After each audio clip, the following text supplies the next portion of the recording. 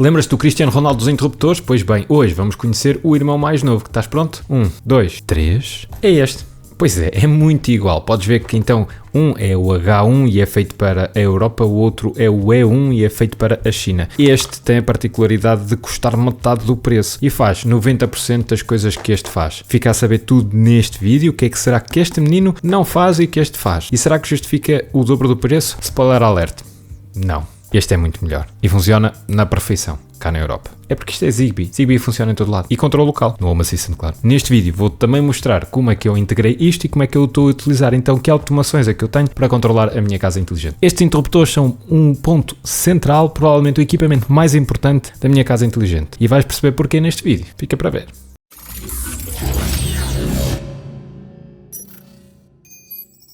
Antes de irmos ver as automações, deixa-me falar-te então deste E1, que ele é feito para o mercado chinês, mas eu não tive problemas nenhuns a fazer a instalação cá em casa. Em termos de hardware, ele vai encaixar na perfeição nas perfurações que tu tens nos teus interruptores de parede, portanto podes com segurança tirar o teu interruptor original e substituir por este que é inteligente e é Zigbee. Existe versão branca e preta, com uma e duas teclas e depois com ou sem neutro. Eu aconselho-te mesmo a teres com neutro, porque depois ficas com um router Zigbee, que te permite então expandir o sinal Zigbee em casa com uma rede mesh. Os routers permitem que os outros equipamentos Zigbee falem com eles para depois alcançarem a antena Zigbee de tua casa e assim aumentas o alcance da antena, porque a ligação já não é direta, pode passar por vários routers. E teres estes interruptores a funcionar como router vai-te fortalecer muito a rede Zigbee de casa. Depois, em termos de funcionalidades, a única coisa que este equipamento perde para a versão europeia é mesmo o controle de consumos. O que, sejamos honestos, como isto vai controlar a iluminação, as lâmpadas LED hoje não gastam quase nada, por isso o controle, saber quanto é que a lâmpada está a gastar não é uma informação dramática que seja uma grande mais-valia e que justifique a diferença de preço. É porque este custou cerca de 15 euros no AliExpress.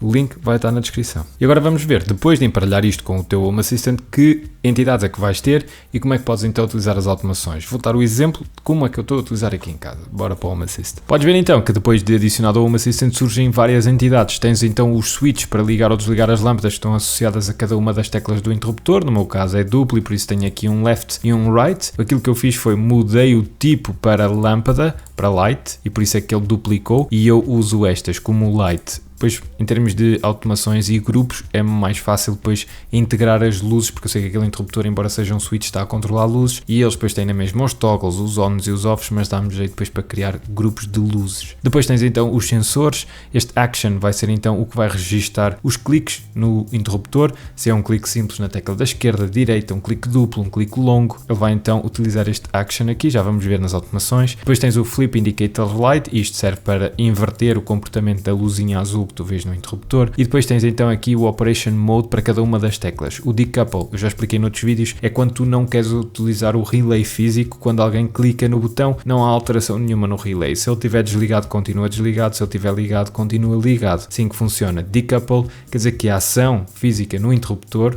ao clicar numa tecla, não vai inverter o sentido no relay. Eu uso isto para lâmpadas inteligentes. Na casa de banho tenho duas lâmpadas inteligentes, já te vou mostrar depois como é que eu uso na automação, mas aquilo que eu faço é ponho em decouple porque eu não quero cortar o power nunca à lâmpada, quero que seja a lâmpada a decidir quando liga e quando desliga e não o interruptor. E assim consigo também controlar a intensidade da luz. Tenho então a tecla da esquerda em forma de decouple e depois a tecla da direita em normal. Portanto, quando alguém clicar, ele vai funcionar como um interruptor normalíssimo, vai cortar o power para a lâmpada ou vai passar power para a lâmpada. E depois tens o Power Outage Memory, que é ele gravar o estado em que estava se a luz for abaixo, para quando a luz voltar, ele recuperar esse estado. E deixa-me só fazer-te esta alerta, sempre que tu colocas o interruptor em Decouple Mode, passas a depender do Home Assistant, porque deixa de haver uma ligação direta entre o interruptor e a lâmpada. Ou seja, o interruptor deixa de utilizar o relay para passar ou não energia à lâmpada, passa apenas a notificar o Home Assistant, a dizer, ei, atenção, alguém clicou na tecla da esquerda, e é depois o Home Assistant que tem que estar em cima e lançar as ações que tu programaste. Por isso é importante teres isto presente, há esta dependência. Eu, na minha experiência, isto raramente falha porque o Home Assistant está sempre em cima, mas a partir do momento em que está decouple, há mais este ponto de falha. E para que tu depois entendas as automações que eu te vou mostrar a seguir, tens que ter este contexto. Na minha casa de banho eu tenho 4 lâmpadas, 2 são controladas por uma tecla, 2 por outra. 2 delas, a da tecla da esquerda, são inteligentes, são também Zigbee do IKEA e por isso eu gosto de ligá-las a intensidades diferentes conforme estamos de noite ou estamos de dia. Por esse motivo eu tenho a tecla da esquerda em Decouple Mode e portanto é o Home Assistant a controlar essas luzes. Já as outras são não Decouple Mode porque assim tenho a garantia que mesmo que o Home Assistant esteja em baixo, alguém queira ir à casa de banho, pelo menos tem um interruptor que é direto à lâmpada e portanto não fica na mão do Home Assistant. Podes ver então que eu concentrei todas as automações que dizem respeito ao meu interruptor, então aqui numa só. Porquê? Porque defino vários triggers, dou-lhe um ID e depois cá em baixo consigo definir um sets diferentes de ações conforme o ID que fez correr a automação. Assim eu tenho Double Left Action, Double Right Action e Single Left Action. Cada um deles tem um ID diferente e depois cá em baixo nas automações eu escolho entre 3 ações. Quando esta automação foi trigada pelo Double Left, quando esta automação foi trigada pelo Double Right e quando foi trigada pelo Single Left. É assim que eu consigo então concentrar todas as automações do interruptor numa só. Então quando alguém trigou o Double Left, aquilo que eu faço é um toggle ao próprio switch da esquerda, porque como ele está em decouple, já sabes, ele não vai cortar ou dar power às lâmpadas. Muitas vezes nas lâmpadas inteligentes ou elas perdem Wi-Fi, ou por exemplo as minhas são Zigbee, às vezes quando há uma quebra de energia geral em casa, elas saltam fora da rede de Zigbee e depois precisam de um reboot, e é assim que eu o faço, ou seja, eu clico 2 vezes na tecla da esquerda e é mesmo cortado o power à lâmpada, que é um comportamento que não acontece sempre, mas é muito importante ter mecanismos de reação quando acontecem aquelas coisas raras, mas que depois são muito difíceis de resolver se tu não tiveres estas coisas pensadas à cabeça. Este duplo clique na tecla da esquerda eu raramente faço, mas se precisar, por algum motivo a minha lâmpada deixou de responder, então eu corto-lhe o power e dou-lhe outra vez. Este é o primeiro option aqui do Choose Between 3. E então a segunda option é o Double Right. Quando alguém clica 2 vezes na tecla da direita, então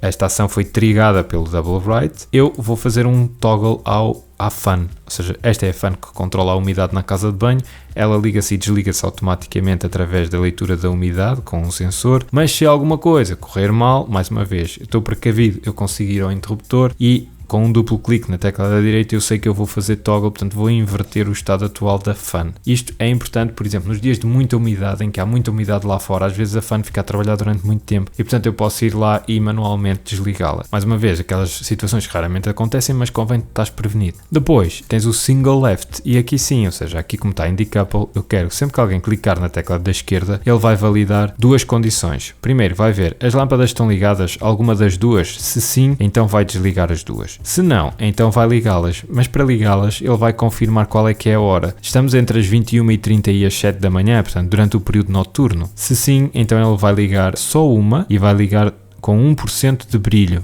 Estamos de noite.